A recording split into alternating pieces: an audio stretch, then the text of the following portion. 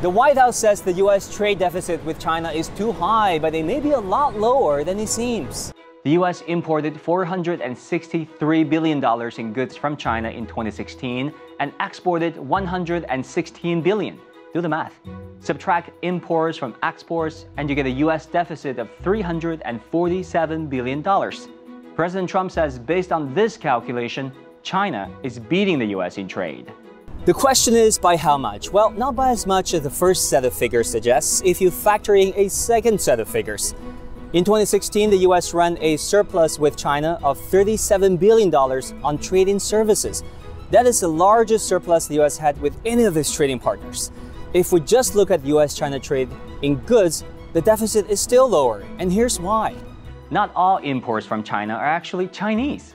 A big chunk of them are so-called intermediate goods that are parts made in other countries, assembled in China, and then shipped back for sale. According to Oxford University, when we take out the value of these non-Chinese intermediate goods, it would cut the size of U.S. trade deficit with China by half. That brings it close to the deficit the U.S. had with the European Union. Consider the example of the iPhone again. To produce the 2009 version, Chinese companies used $11 worth of parts imported from the U.S. companies, and $172 worth of components from other countries. But when they were shipped back to the US, the phone was sold for around $600. And what did the Chinese companies earn out of all this? Roughly $6.5, or just 1% of the retail price. While Apple and other American companies received 70% of the retail value. However, US official trade data shows nearly the full value of an iPhone belonging to China. That apparently inflated the size of the U.S. trade deficit. Global supply chains make U.S. trade figures misleading because they show where products are imported from, but don't show who benefits from the trade. And here's one more myth to bust, that trade is a job killer. Let's listen to President Trump. We will defend our workers. Defend them from what? Try robots. No, not Autobots and Decepticons. These robots.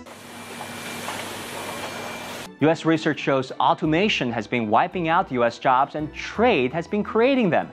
Between 2010 and 2015, U.S. imports from China went up, and so did the number of U.S. manufacturing jobs. So, simplistic arguments on trade have proven popular, but a far cry from reality. Finally, here's another factor skewing trade figures. China wants to buy more high-tech goods from the U.S., but the U.S. bans their sale out of national security concerns. By some estimates, if the U.S. lowered barriers for high-tech exports to China to the same level as France, it would cut the deficit with China by as much as 34%. So, from the Chinese perspective, any reasonable negotiation on cutting the trade deficit will have to start with how to calculate it.